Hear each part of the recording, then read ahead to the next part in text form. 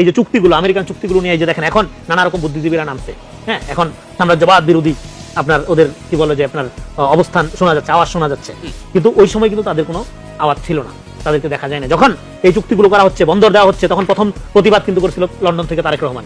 তারেক রহমান কি বলছিল মনে নেই? তারেক রহমান বলছিল যে আপনারা এমন কোনো চুক্তি ভিন দেশের সাথে করবেন না যেটা দীর্ঘমেয়াদে জাতিকে প্রভাবিত করে, বন্ধন এবং অন্যান্য বিষয়ে। তখন আজকের যিনি আইনমন্ত্রী, ওই সময় উনি সরকারের অ্যাটর্নি জেনারেল ছিলেন, ওনার সরকার, ওনার মক্কেল ইউনূস সরকারকে উনি ডিফেন্ড করে ওনার মুখ দিয়ে বক্তব্য দেওয়ানো হয়েছিল যে সরকার যেহেতু নির্বাহী ক্ষমতা সরকার চাইলে করতে পারে, আইন মানে বিদেশি চুক্তি বা যে কোনো কিছু করারই এখতিয়ার সরকারের আছে, সেই ঘোষণা এই আইনমন্ত্রীকে দেওয়া। সংসদের নিয়ে আলাপ হয়েছিল, তখন আইনমন্ত্রী বলছে যে ওই সময় সরকার আমার ক্লায়েন্ট ছিল, মক্কেল ছিল, আমি আমার মক্কেলের হয়ে পেশাদারি যুক্তি উৎপাদন করছি, তো সেটা উনি ওনার ব্যাখ্যা দিয়েছে। ইন্টারেস্টিং। তো ফলে ওই সময় কিন্তু তারেক রহমানকে সংস্কার বিরোধী, বাংলাদেশ বিরোধী এই ধরনের কথাবার্তা কিন্তু বলা হয়েছিল। জামাতের আমির একটি কথা বলেছেন যে এই চুক্তির বিষয়ে জামাত আগে থেকে কিছু জানতো না।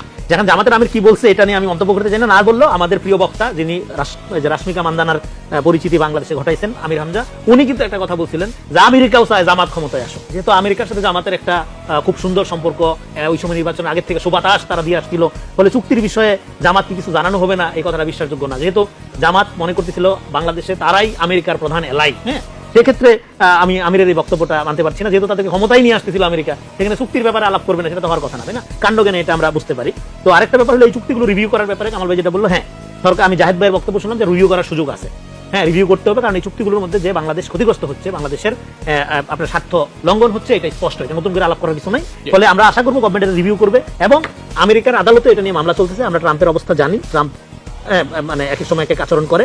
তো এটা আসলে যে আমেরিকার এটা, এবং এই চুক্তিটা কিন্তু আমেরিকা পৃথিবীর এরকম আরো বাংলাদেশ টাইপের যারা দেশগুলো আছে তথাকথিত অনুন্নত তাদের উপর চাপাই দিচ্ছে। ফলে এটা একটা গ্লোবাল ইকোনমিক্যাল এম্পায়ারের আপনার একটা নিদর্শন হিসেবে আমরা পাঠ করতে পারি। সেদিক থেকে আমরা মনে করবো যে সরকারের উচিত, যেহেতু জনগণের নির্বাচিত সরকার, জনগণের ভোটে নির্বাচিত সরকার, সেক্ষেত্রে এই চুক্তিগুলো, হ্যাঁ, বা যে কোনো বিদেশি যে কোনো দেশেরই আকাঙ্ক্ষার কাছে নিঃশর্ত আত্মসমর্পণ হবে আমাদের জন্য লজ্জাজনক, সেটা হবে না। আমরা আশা করবো এগুলো রিভিউ করা হবে এবং জনস্বার্থ, বাংলাদেশের স্বার্থ সবার আগে, বাংলাদেশ যে পররাষ্ট্র নীতি ঘোষণা করা হয়েছে সেটাকে অক্ষুণ্ণ রেখেই এই জিনিসগুলো করা হবে। অসংখ্য ধন্যবাদ।